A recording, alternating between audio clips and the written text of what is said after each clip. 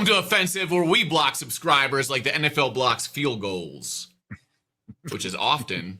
Right. Week 3 has been completely nuts. Who's good? Who isn't? We're going to have the weekend roundup now where we talk about all the things happening this weekend in the NFL. So let's go over to Nick Beard. All right. Well, I don't know what to say this week, but that Packers game hurt my soul. Watching the Bears offense function correctly also hurt my soul. And then watching Carson Wentz resurrect himself like evil Jesus for the Vikings hurt my soul. So it was a pretty put the erect in resurrect. Yeah. He was erect and resurrected at the same time. So, dude, Cincinnati, man, come on, make it a game. Like, I called it, though. I was like, it could be a blowout, but I thought it was going to be a good game. So I'll go into the Cincinnati-Minnesota game. Just crazy amount of turnovers, two touchdowns returned on defense for scores. I mean, but dude, Wentz looked good. Wentz made some decent throws. I mean, Carson Wentz is still going to be Carson Wentz in some situations. He just kind of was a game manager, right? He didn't do a ton, but they were running the ball really well. I mean, the defense was doing their job, but I mean, I guess that just shows how bad JJ McCarthy is because, like, yikes, it was like night and day what their offense could do. And there's really not a lot to say about it. Like, Browning looked terrible. The Bengals looked terrible. They're still 2-1 though. So, we'll see if they can rebound after this week.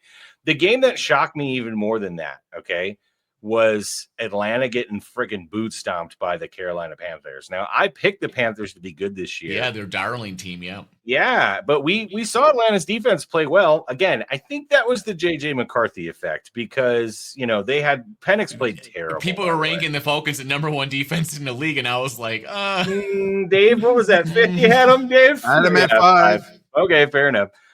We all know that's the J.J. McCarthy effect now, and Penix does not look good. He looks like he doesn't know where he's going. He's made some really poor decisions. Come on, poor throws. You put a Kirk back in there, baby. Yeah, and so Minnesota did. had 2 defensive touchdowns. Carolina had 1, and then a second interception that he ran almost back to the end zone. So, I mean, they couldn't even get on the board, and then Kirk O'Chains had to play in that game. So that was... He got me 1 fantasy point on the bench. Yeah, that really stood out to me was that, man, Falcons, what'd you do? What'd you do this weekend? Because that defense definitely was not playing as well. And Carolina looks like their passing game's moving up in the right direction. So that looked pretty good.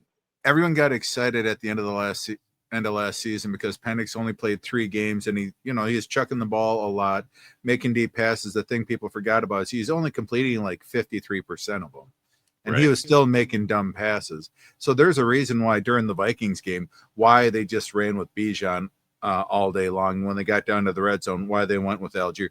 They see it in practice. They know that they can't trust Penix yet. He's not there yet. Yeah. So I think that if they can run the game, they'll be in it. But they need to rely on Penix. He's a young quarterback. It's the nature. Are they going to just leave him in there to just? I think they have to at this point. I mean, is Kirk Cousins really that much better? I mean, I don't think so. He threw a lot of picks last year. He did have some decent yards, though. I think maybe the Falcons just need to do a little bit of a reset on what their offense is trying to do. And Penix needs to do some different reads or something because he's definitely not seeing it. So, but those are the 2 games that stood out to me. All right, Chief, what'd you see this weekend? Arizona Cardinals. You want to try to tell yourself a good story. You're like, oh, hey, we're 2-0 because we beat the New Orleans Saints and Carolina Panthers. Their offense, and then even yesterday they faced the Niners, who were pretty well depleted, who didn't have their starting quarterback. They didn't have their number 2 offensive piece with Kittle.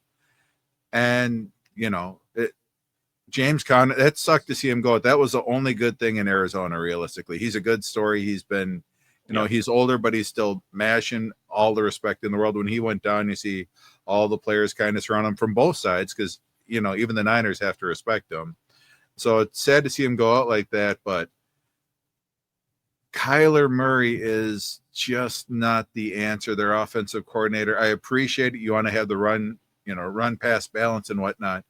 But right now, Arizona only has 165 passing yards per game. They're 28th in the league. Their rushing yards they're only 16th. So their defense has been what's keeping them into it. Their defense is only giving up 20 points a game. Their defense is a good thing. The quarterback, they're still locked with him. They have to hold on to him at least until the end of 26 before they can cut ties without getting hit with a big thing. Marvin Harrison, Junior, all the talent in the world. He runs fantastic routes. He's a tactician. He's not the speed guy, but he knows how to read defenses. And so here's two stat lines that I just want to throw out there. Tell me which one is Marvin Harrison and which one is Bootylicious. Which one is Kayshon Boutte? From the Patriots offense. From the Patriots vaunted offense. Mm-hmm. So on the season, through 3 games, 9 receptions on 12 targets, 147 yards, so 16 yards average, and 1 touchdown. Or the other stat line of 10 of 17 targets, 142 yards, 14-yard average, and 1 touchdown. So more targets, fewer yards, still averaging less than 50 yards a game, whether it's Marvin Harrison or Boutte. That kind of tells you that on both teams there's Boutte, whether it's the wide receiver or the quarterback. I'm just saying. Is MHJ the second stat line? Is he the 17 targets? Or yes. Yeah. Okay. Okay. He's the 10 carries for 10 receptions on 17. Yeah. And Dave's so mad at Kyler, he traded me Marvin Harrison Jr. in our Dynasty League today. That's how mad he is. And before that draft, I traded away Justin Jefferson. So feel free to torch me in the comment section. I'm not doing any of this for it's just I prefer doing the draft because I hate seeing the crap that's out there on the field. I like to plan for the future because it ain't happening in Arizona right now. Yeah, I traded away Justin Jefferson so I could get the draft pick for Marvin Harrison and another first-round pick the following year. Yep. But eat my shorts, and then I traded away Marvin too. So, but didn't that second pick get you Neighbors also? So you got MHJ and Neighbors out of that trade? I did. Yeah. So that worked out okay for you because you got Neighbors, right? But and so in 2 years, I'm going to get that Alabama wide receiver in the first round with the pick. So there you go. It'll be good. Okay. All right. But yeah, it's Arizona's offense. Their defense is good. Their head coach just needs to adjust that offensive game. Kyler's not the answer. I'm sorry to all your Cardinals fans because now you're going to start to face the tougher part of your schedule. You skated off early, and now you got at the Seahawks. Tennessee, that'll be easy. And then you get the Colts and Green Bay. So 3 of the next 4 games are going to be pretty tough for Arizona. Watch them smoke the Colts just to make you so mad. Just to make you extra mad. You can't stand the Cardinals. All right, Doug, what did you see this weekend? So my part of the segment is the NFL is wild. We got like a bunch of block kicks, tons of turnovers in a lot of games. Like the Bears-Cowboys game was wild with like all the balls flying off people's fingertips and stuff. Catching interceptions, like it's crazy. So we had the Packers get a blocked kick. Not only did the blocking fail on it, but the kick itself was low and even looked to the low left like it would have missed. It might not even have made it if they didn't block it. And you're just like, how many terrible, of course, we'll talk about the Packer games more later. How many terrible things could happen in a row? And next thing you know, the Eagles block a kick and then they run it back for a touchdown, right? In their game. And my whole point is like, who are the good teams in the NFL? Is it the Eagles and the Rams? I tried to watch a bunch of that game. They did look pretty good at times, and they might be the 2 best teams in the NFC right now. I think the NFL is going to change a lot by the end of this season, but right now, I think it's like, AFC is like Bills, Ravens, and NFC seems to be Eagles, Rams, but even the Rams, their quarterback's like old and has a broken back. So like if I would say you're trying to put a bet down or trying to guess who's going to make it to the NFC Championship game, like I don't really know. Like who do you guys think right now like looks like the best teams in the NFC? I think the Eagles have to be there because they just find ways to win ugly and they got enough talent around that team to where AJ Brown doesn't basically do anything for 2 weeks and then he shows up in that game. That's the thing, right? Yeah, he's talented. Yeah, they didn't have Jalen Carter the first game. He comes in and he wrecks shop in this game against the Rams. He blocks 2 field goals in that game. Yeah. Well, I thought Jalen Carter blocked. You're right. So they're 2 D linemen, 2 D tackles who are very, very good. Yeah, just the other big guy. Pure power to block 2 kicks, and each one of them blocked 1, I believe is what it was. Mm-hmm. So I definitely think the Eagles are the clear number one. They win ugly, but they still win, right? And they know how to win, and they have so many weapons and so much. Dude, Saquon hasn't even gotten going yet, and they're 3-0. Do you know what I mean? Saquon's barely been in any of these games. He's getting like 58 yards a game. Like, the Eagles are still good. They're still really good. I don't think their defense is as dominant as it was last year, but they will find ways to win. And I definitely think the Rams are good. But dude, the Commanders look really good this weekend. Yes, it's the Raiders. The Lions look good right now against They the just Ravens. ran a triple option for a touchdown. Yep, they're not messing around. The Lions are still good, guys. Their defense is not great, which is why I don't think the Lions are making the Super Bowl. But the Lions are going to be there, guys. Their offense. They had the top fantastic. offense in the league last year. Yep. And dude, the Packers are still really good. Their defense was dominant in that game. They allowed 3 points really, and it just took Matt LaFleur calling one of the worst games I've ever seen to basically keep the Browns in it. So, well, the Packers are really good when their hair's on fire and nobody knows like really what's going on and everything's new. But by the end of the season, the question is like, what teams are going to be able to figure out to be the best teams, right? Like when you now have things on tape, you can strategize and you have to adapt. No, I think all those teams are in there. I don't put the 49ers in there right now because they win. They've gotten lucky. They could legitimately be 0-3, and they're 3-0. So I think that's going to come to a head at some point. But they still might win 11 or 12 games. Yeah, they played some bad teams and everything. Is so bad. They had the easiest schedule in the league. So. Yeah, I mean they're winning with Mac Jones right now. So like. You know, they're going to win a bunch of football games. And with Saleh back, that defense looks good again, right? So they've got a lot of young guys. They lost Joey Bosa for the season. Yeah, they just lost Bosa. But yeah, Bosa always gets hurt every year. So, like, I mean, that is going to affect them. Again, I don't think the Niners are in that top echelon. Well, he was causing a lot of disruption on the defensive line. Yeah, I mean, he won in the game against Seattle when he basically got the fumble, caused the fumble and recovered the fumble. So, but yeah, I think it's pretty clear. It's Eagles and then Packers are second tier. I think we all were like, yeah, the Packers are in that first tier with the Eagles now after game 1 and 2. But like we forget that there's that Packers team that makes mistakes, gets tons of penalties. I can't remember. Did somebody say 17-0? Who did? Doug, do you remember? Was there anyone calling for 17-0? I'm sure I did like at least 10 times. Well, at least you admit it. Hey, I looked like a genius after the first 2 games, okay? No, I picked him to win 12 games this year, which I still think is about correct. Yeah. That's about right, yeah. Yeah. No, and they are going to win, I think, 11 or 12 games this year. I need them to win as many now. I mean, if you had told me after 3 weeks the Packers are 2-1, I'd have signed up for that without question. Right now, if you told me the Packers were 2-0 and then lost to the Browns, I'd still be upset. But 2-1 after those first 3 games, I'm totally fine with that. We got to take care of business the next couple weeks. If we go into week 9, 7-2, I will be more than happy because after week 9 is when the schedule gets really nasty for the Packers. So 7-2, 6-3 is where I'd really like us to be. Oh, because you play the Bears twice after then? Yeah. Yes. Well, the Bears we're afraid of. Yes. After the games this week, we might have the best division again. We might have the best division in football again. Who knows? Yeah. So anyway, I just put up the thing, but that was the end of weekend roundup, everybody. So let's move on to the next section.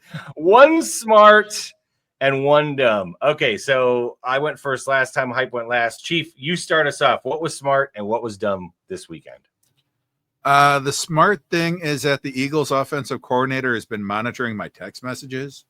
At halftime of that football game, I texted you guys and I said they need to fire his ass. How do you only have Jalen be 4 of 8 for 17 yards in the first half? That's inexcusable. Don't give me the Rams defense is good, but there's no way you should have less than 20 passing yards. What did he do? Oh, wait, we have AJ Brown right here. They got a good defense, but they have smallish corners. We have one of the biggest, most physical wide receivers out there in the game. We're just going to force feed them and let them go all Hulk on these guys. Because he did. The corners, they both look like, the other wide receiver. Drawing a blank. Yeah, they're all little stick guys. And then you have, just give it to AJ. Let him feed him because a season or 2 ago, he had that run where he had like 100 yards in 8 straight games. Like, oh, yeah, the run game isn't working. Let's just feed this guy. Let's see what can happen. So took a lot longer than anyone expected, but I thought that was a really smart adjustment for him to make. Just screw the game plan. We're just feeding AJ.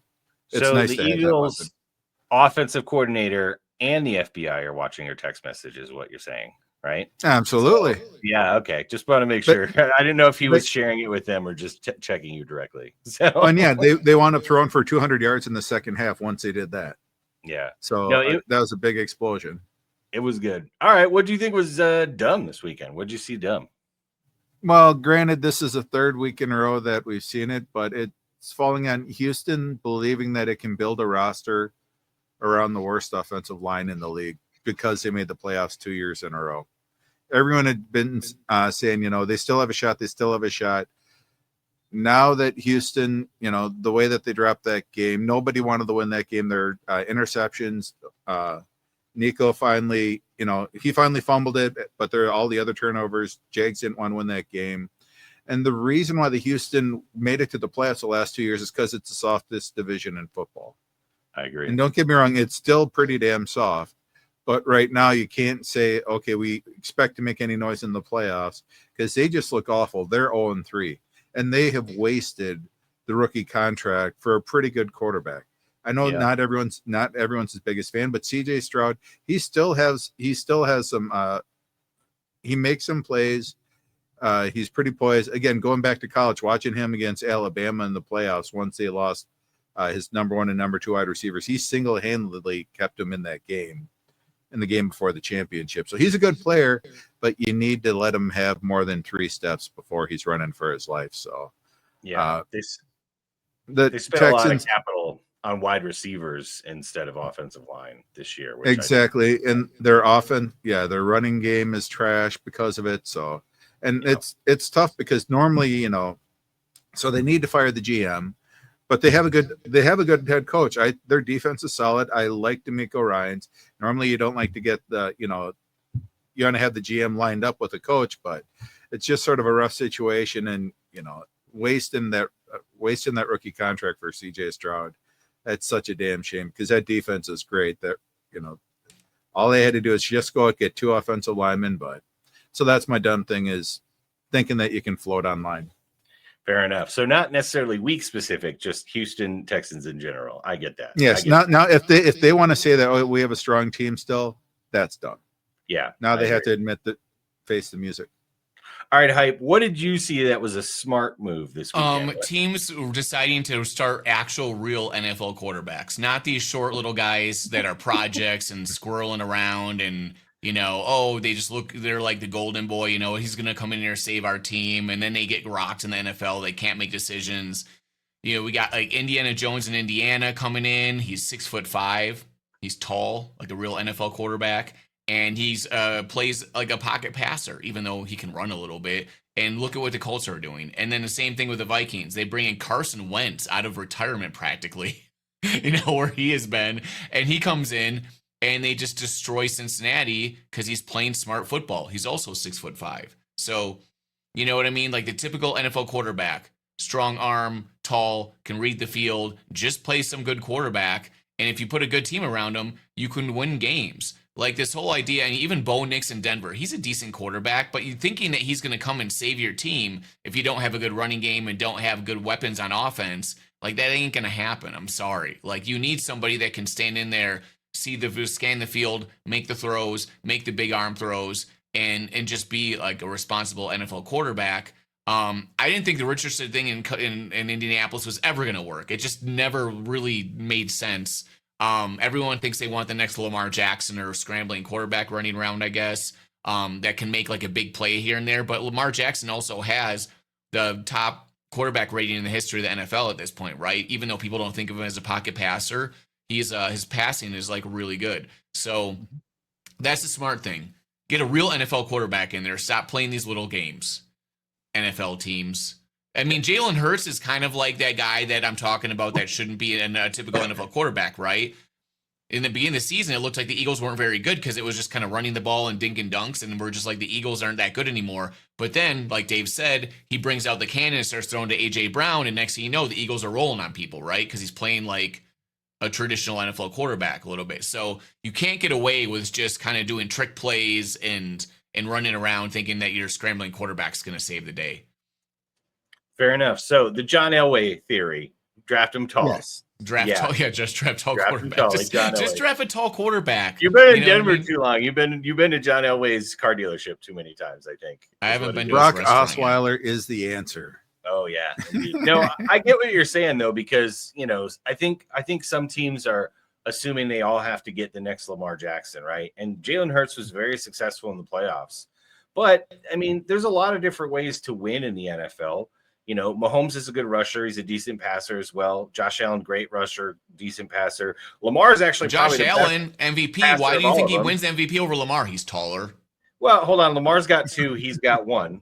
So just 1 year, he has won. That was a sympathy MVP, realistically. Yeah, Maybe, but and again, Lamar had better stats. Saquon should have won it. So, there is height. That's what I'm hate. saying. There's heightism. Yeah, it should have been involved Saquon here. anyway. Yeah.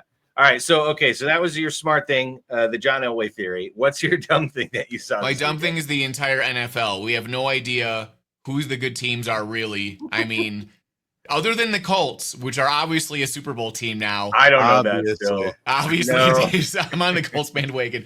We have no idea who's good anymore. And you know what the reason is? The offense and defensive lines dictate so much of the game. Like, if your offensive line, look at the Packers. I thought the Packers in the first game against the Lions looked like the best Packer team I've ever seen in my life. I was like, they are playing better than the 96 Super Bowl team, better than the 2010 Super Bowl team. And then against the Redskins, Commanders. The Commanders, they won and looked good, but their offensive line didn't play very well, but then it caught up to them, right? Like if you have a big problem with offensive line or something like that on the line with your team, or the defensive line, look at the Lions. Their defensive line, it's okay, but they're not elite level, and it's holding them back. They're playing a little bit better against the Ravens right now. But if you don't have that stability, and it's really hard to have that because everyone wants to put money on quarterbacks, gadget players, wide receivers, like you said, Dave. But you need to have stability in the offensive line. And the Eagles' lines aren't so dominant anymore. The Broncos' offensive line and defensive line is not looking so great anymore. So because teams don't have substantial, solid offensive lines, at least right now, we really don't know who the best teams in the NFL are. But the team like the Colts, who have a pretty good offensive line and made that one of their main things in the last couple of years, and also when the Lions were winning all those games last year, really good offensive line, they're doing great. So that's dumb, but that's what my smart dumb thing is. All right. Well, it is the first 3 weeks. There's going to be lots of crazy things that happen. So let's get into mine. Okay. So my smart thing for the weekend is actually the Minnesota Vikings faking the JJ McCarthy injury so that they can start Carson Wentz. No, I'm kidding. Honestly, my smart thing is a little similar to yours, Doug, is basically like backup quarterbacks, coaches who take backup quarterbacks and know how to win with them based on the system, not based on what they expect out of that guy's skill level. For example, Mac Jones in San Francisco. San Francisco's 3-0. Mac Jones has won 2 games now. Like, anyone that goes in that 49ers offense looks pretty good, but that's the Shanahan system. Again, in Minnesota, Carson Wentz comes in, looks really good. Browning did not have that same experience, so hopefully he pulls it together. But honestly, I think Minnesota, and this is my actually prediction, I'm saying the smart thing is that Minnesota is going to let Carson Wentz start at least the next 5 games. I think he's going to start 5 games at least. And I think the Vikings are going to be very dangerous over that time. And then the dumb thing's going to be when McCarthy's healthy again, they let him start and then they lose a bunch of games. So we'll get back around to that. But I think they're going to let Carson Wentz have a go at it for a little while. Fun story, Carson Wentz from the Dakotas. I think he's from South Dakota, and the Vikings were like his boyhood team. So he really wants to play for him. So he's pretty jacked up right now. I think he'll do pretty well. My dumb thing for this week is running 31 times against the best rush defense in the NFL. Dude, I love Matt LaFleur, but man, he just has some stinkers. And 2.6 yards a rush, 31 attempts against the Browns. Yes, I understand our offensive line played bad. Yes, I understand Jordan Love was getting sacked a lot. Scheme something up.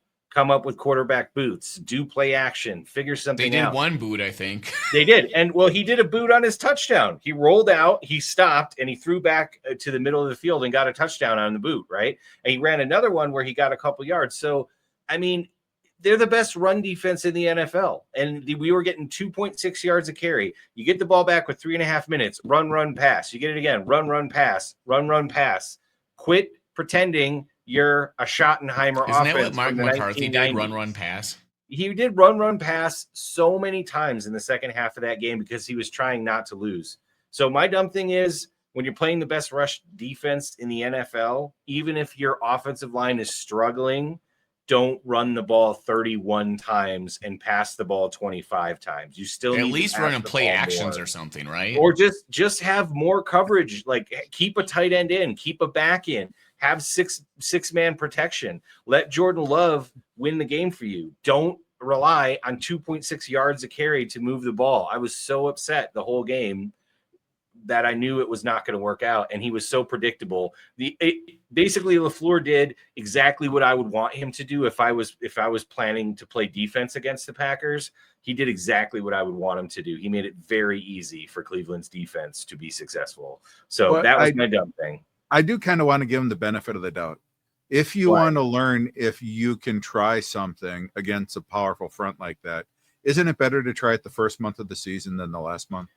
No, I understand that, but he wasn't doing anything that creative. Like even the runs that they were running right off center a bunch, like right off center. They ran a few times offsides, or on the outside, but it was not working. And yes, I know you need to establish the run game. I'm not saying run the ball 15 times, but they ran the ball on first down in a vast majority of their options for first down. They ran the ball, and that's exactly what I want you to do if I'm a defense. That's what I want you to do every time, especially when I know I can hold you to about 3 yards.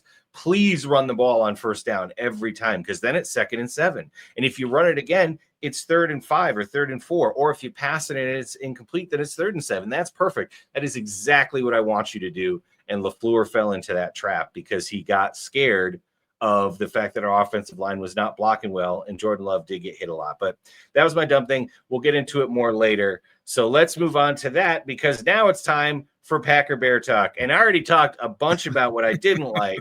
So I'm gonna step away, and we're gonna go to Hype so he can talk about what he liked. Yeah, in my smart and dumb, I really wanted to talk a lot of dumb stuff about the Packers, so I basically just didn't say a whole lot of anything. I was just I was holding it inside so that Derek could have Derek during the game, or sorry, Nick Beard during the game is texting. We're texting each other. He's very upset, and then you laid out this whole separate video where you're very calmly giving therapy and explaining what it is to be a Packer fan. We'll try to link the video after this one, guys. But I was very mad during the game because I knew what LaFleur was doing. I knew what he was doing. I've seen it before. I just knew he was going to lose the game by not being aggressive and playing to not lose and falling right into the defense. Well, this is my question. Okay, let's start off Packer Bear talk with this. We have these games where the Packers look like they're kind of asleep. Here's an example. Yes. Matthew Golden gets that big pass or near the sideline. He turns upfield. He's 5 yards from the line of the sideline. He literally could just run probably to the end zone with his speed, and he just goes out of bounds. And it's if you're focused and you're like, I want to win this game. This game is important to me. You're catching that ball, and your eyes are going to the end zone, and your body's going to carry you there. Instead, he's kind of just looking around. You know what I mean?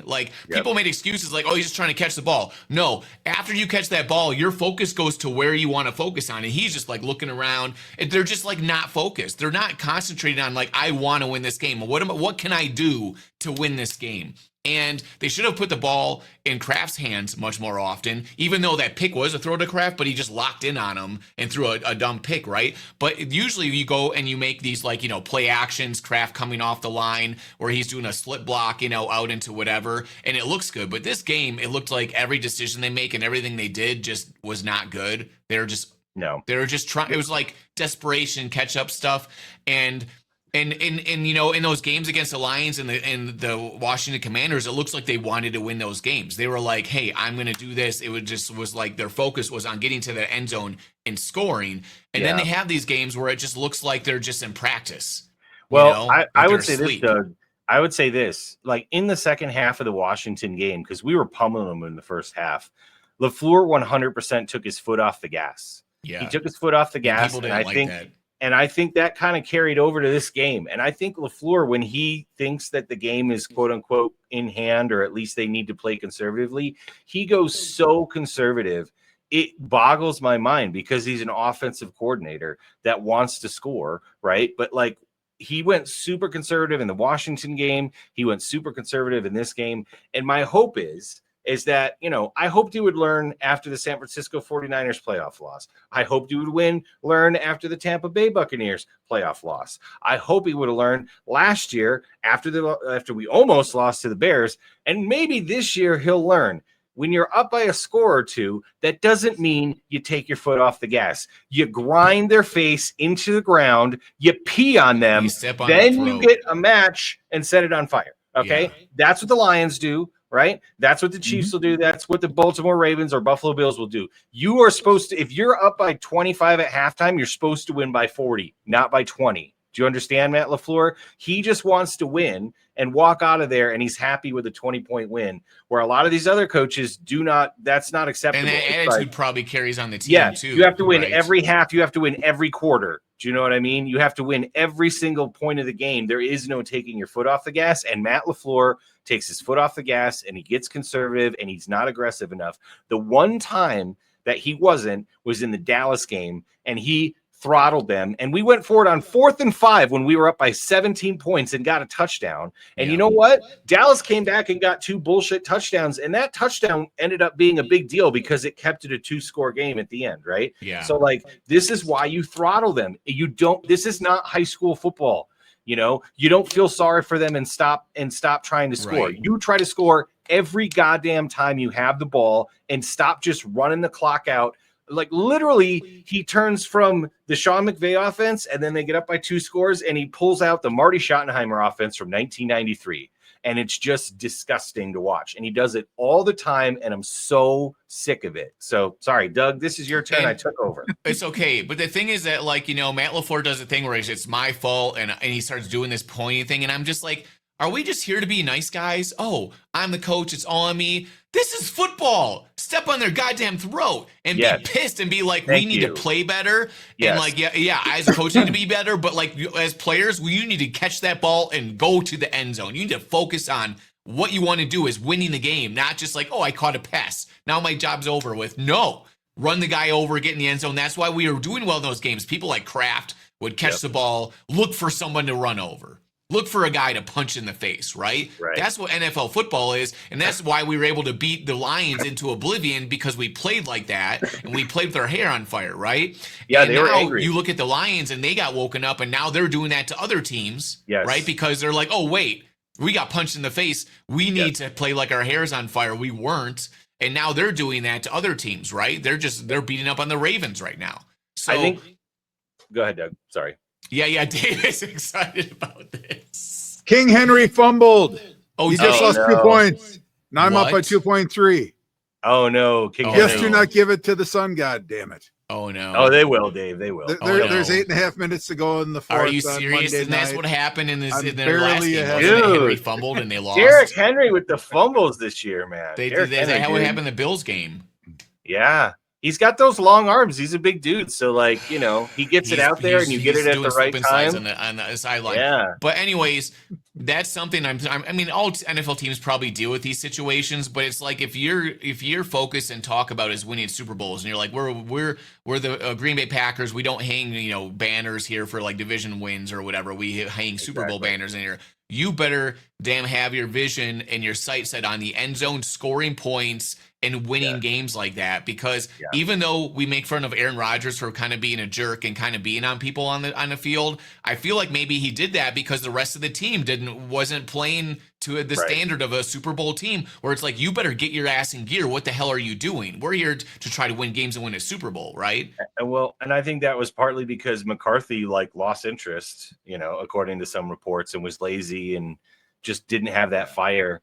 And this is what I worry about, is that fire. So he'll be a good barometer, because the first 3 weeks, random stuff happened, right? Like I said, if you told me we were going to be 2-1 after these first 3 games, I'd be extremely happy with that.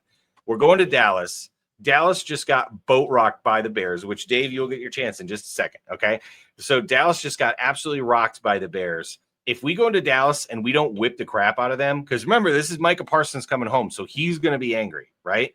And Dallas is terrible. If we are up by 10 points in the third quarter and we start running the ball and playing conservative again, I'm telling you right now, we are not winning a playoff game this year. I'm telling you right now, we are not winning a playoff game this year until Matt LaFleur learns to be vicious. He has to learn to be vicious. If we're up by 10, we try to be up by 17. If we're by 17, we try to be up by 24. And then once you're up by 24 with 2 minutes left, then yeah, sure, go to the Marty Schottenheimer offense. But not until then. Not until the 2-minute warning. You try to score on every damn possession and stop pretending like this offense is from the 90s. The Bears did give us a blueprint, Derek. Just throw flea flickers, do anything. Start throw throwing the wide ball open around. guys. Just start letting loose. Honestly, pick any play you want. Guys. Dude, Matt Eberflus, I saw the thing that you texted, Dave, was the funniest thing I've ever seen. Eberflus finally unlocks Caleb Williams' potential by letting him play his own defense, right?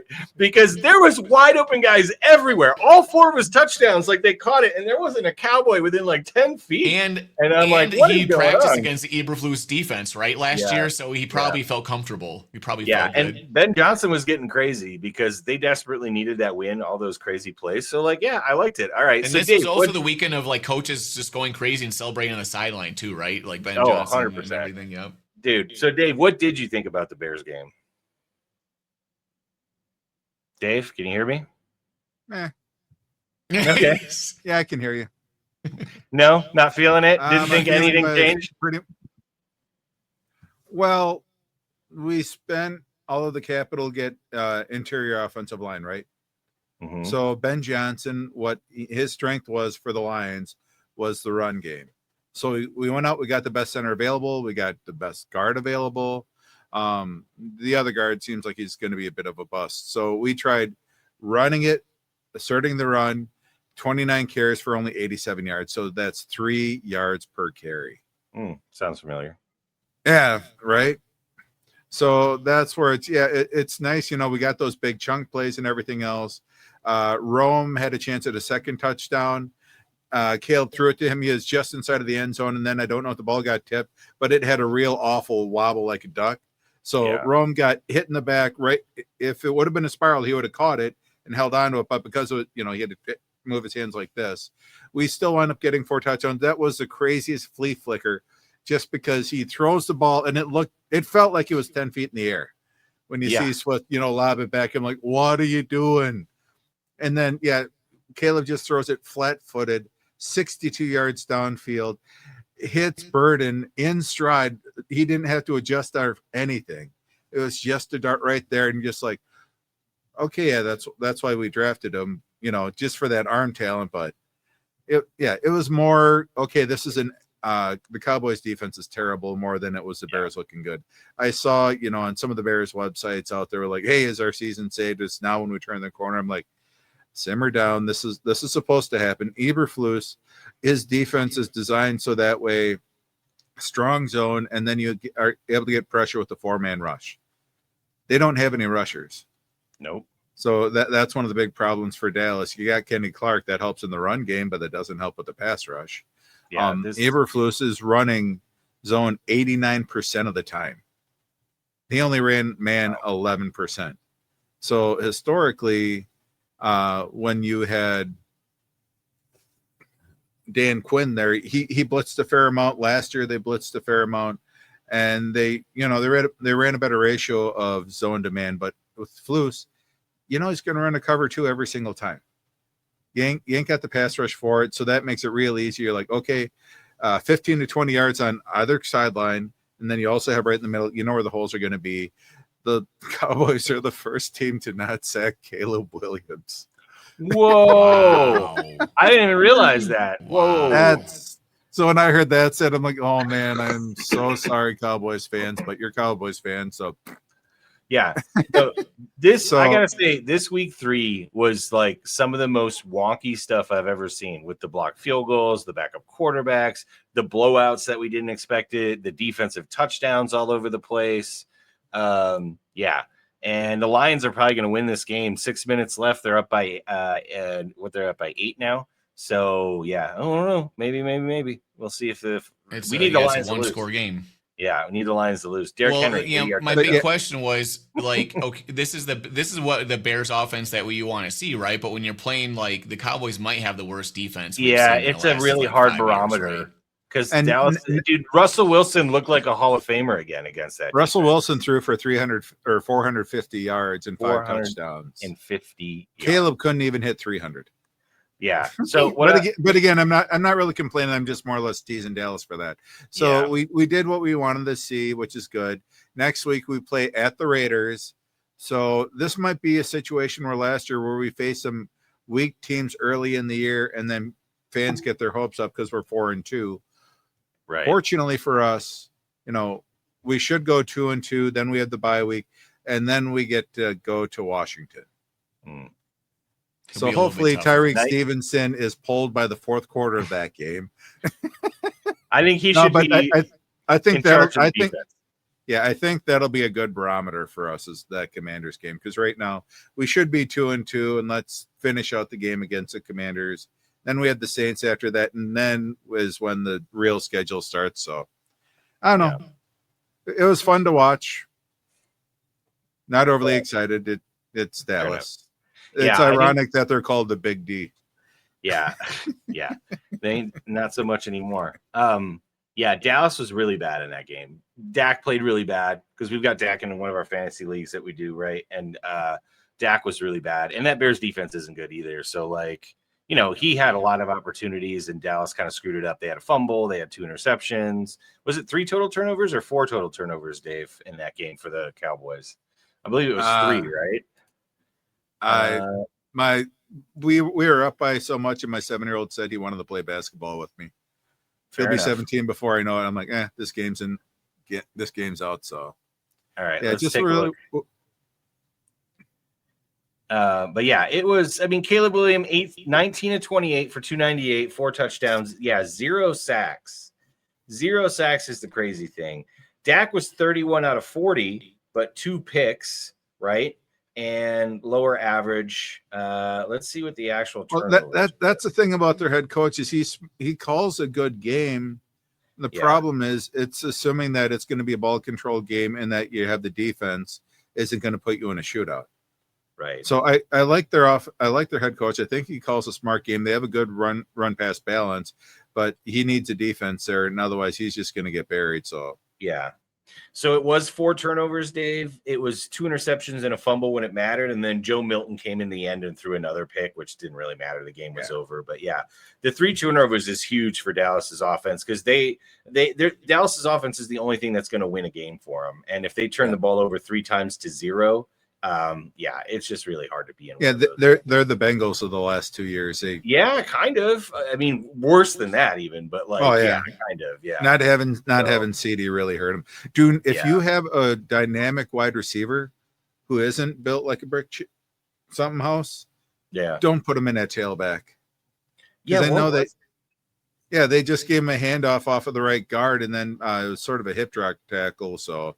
Yeah, probably an illegal tackle. It's not going to get called, and it just rolled on his ankle, and now he's high ankle sprain, which could be 4 to 5 weeks. So Dallas, it might be time to look for the draft. Yeah, it probably already was. I mean, Dallas has to start over. I predicted Dallas is taking a quarterback in the draft this year because they're going to be so bad they're going to draft high, right? So it looks like it might be happening. And they're going to get our draft pick too. So hopefully ours is 32. Probably not. But the fun thing is we get to pile on them again next week after Green Bay just lights them up. So yeah, I hope so. Well, my point was that if the Packers come out and don't drop 30 on that disgustingly bad defense, I will actually start to worry. Even if we win like 28-17 or something, but our offense kind of looks off, if we don't just absolutely bolt roll them, I'm actually going to be concerned about our offense because with Zach Tom out, our whole offensive line has shifted around now. And, Morgan and Belton and Banks and everybody has played different positions, but they haven't really played right tackle a lot because Zach Tom has been a stud there for 3 years. Right. So I think, in the Commanders game, you saw we were struggling a little bit on the offensive line, but it didn't matter as much because they don't have the outside pass rush like the Browns do.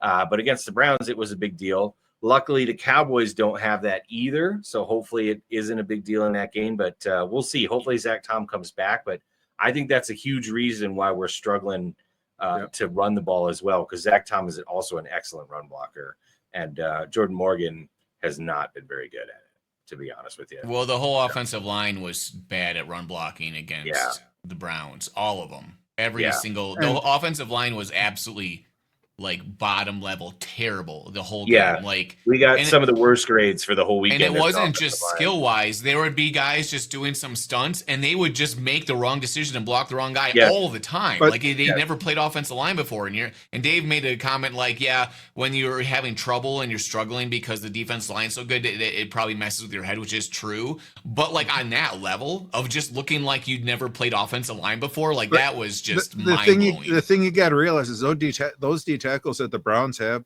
they are explosive and fast. Yes. That top draft pick of theirs, the other D tackle, they're doing stunts to screw up your guards and whatnot.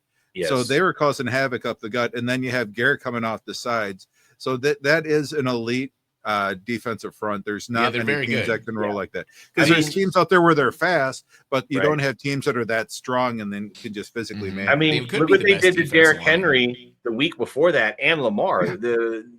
The Ravens won that game because of turnovers, but they had 44 yards rushing because they gave up on running the ball, which the Packers should have done. But they gave up on running the ball and just started passing the ball. And, that is a very good defensive line. It is a very good defensive line. That is kind of a transition to one thing that I did want to talk about. And I mentioned to it earlier about Houston, how they punted on offensive line.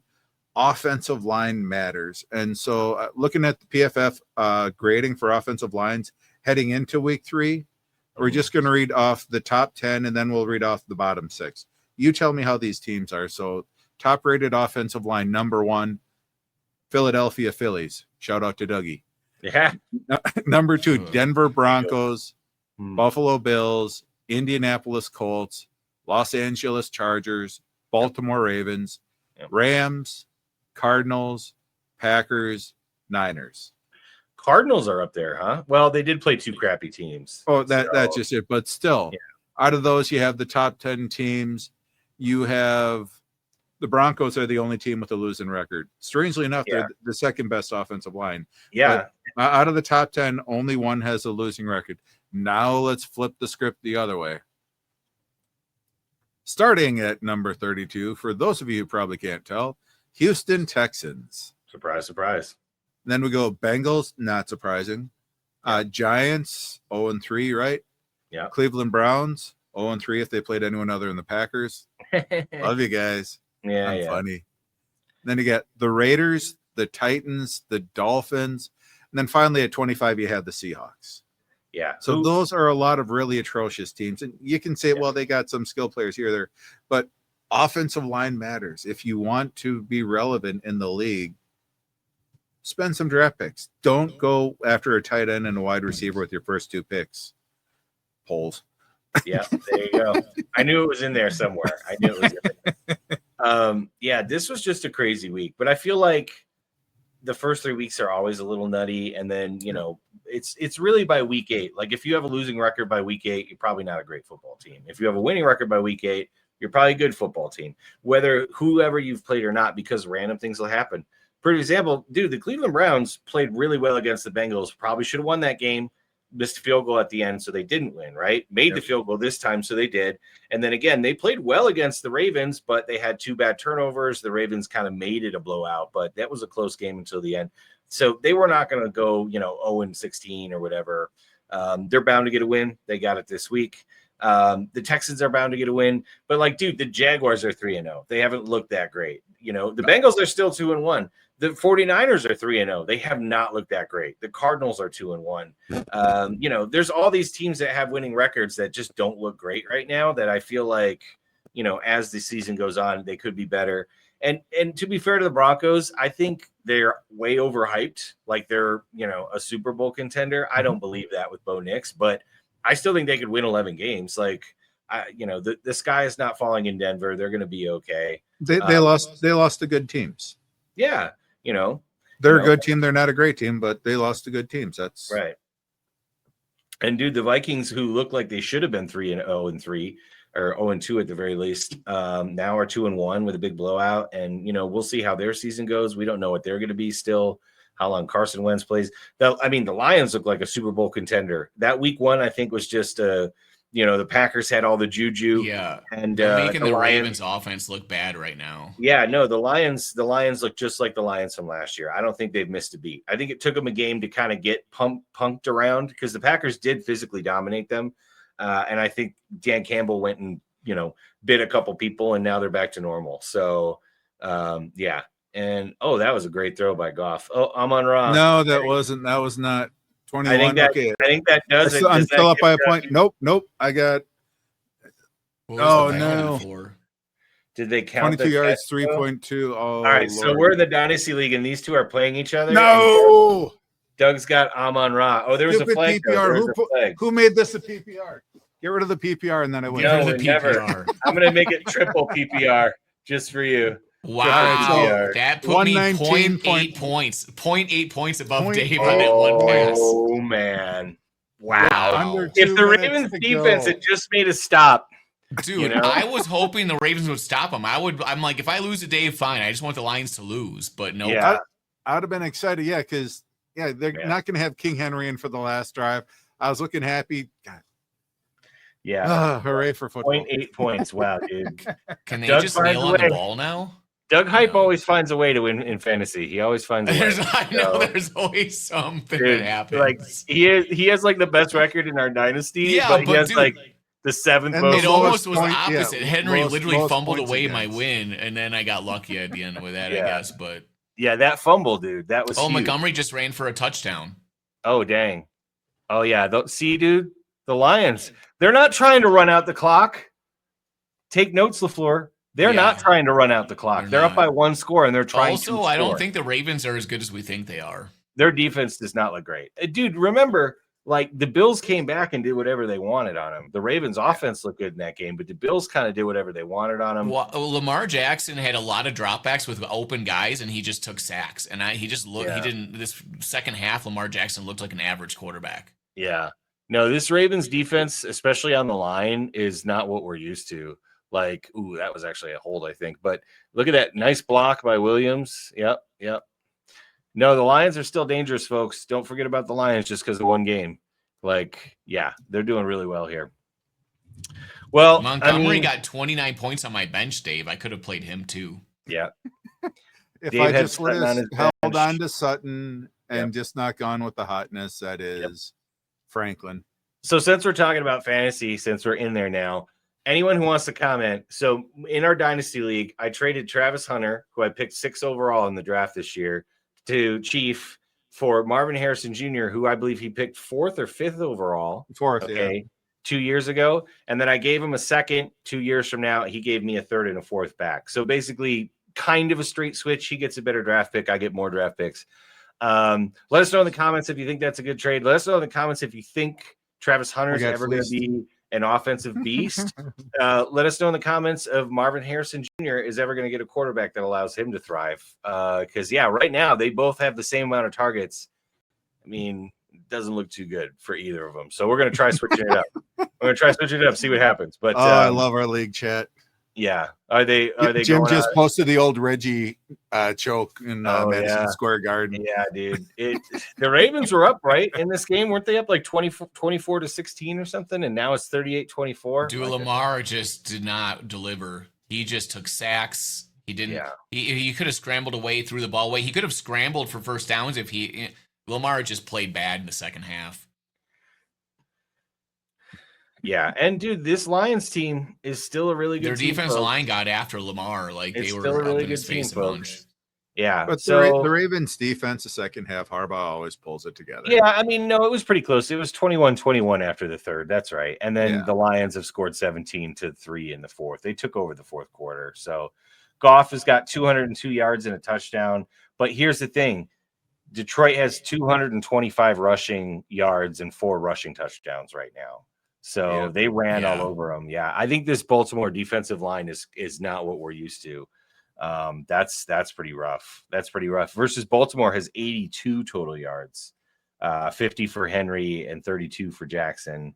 So, yeah, Jackson, I mean, 18 to 24, 210, 2 TDs, but like you said, Doug, the sacks, 6 sacks for 40 yards. Not very common for Lamar. And a lot of those sacks, he could have thrown the ball away or done something. And like, you know how like Jordan Love did that once in the game this week? Lamar did that like 4 times. It's like that in-between phase where he's like, oh, I'm going to run, oh, I'm going to throw, oh, I'm going to run. It's like, no, just pick one and do it. Like, yeah, he seems like he's a little bit hesitant, but I mean, the Ravens are still good, guys. The Ravens are still good. If he would have just thrown the ball away on those passes, they would have been like, the game would have been like, you know. Look, the Ravens are definitely winning. He just did it again. Did you see that? He just took like a 15-yard sack. Oh, come on, Lamar. Hey, he just ran back the whole time. It's not his day. Dude, it's just week 3 basically for me. At home, like right?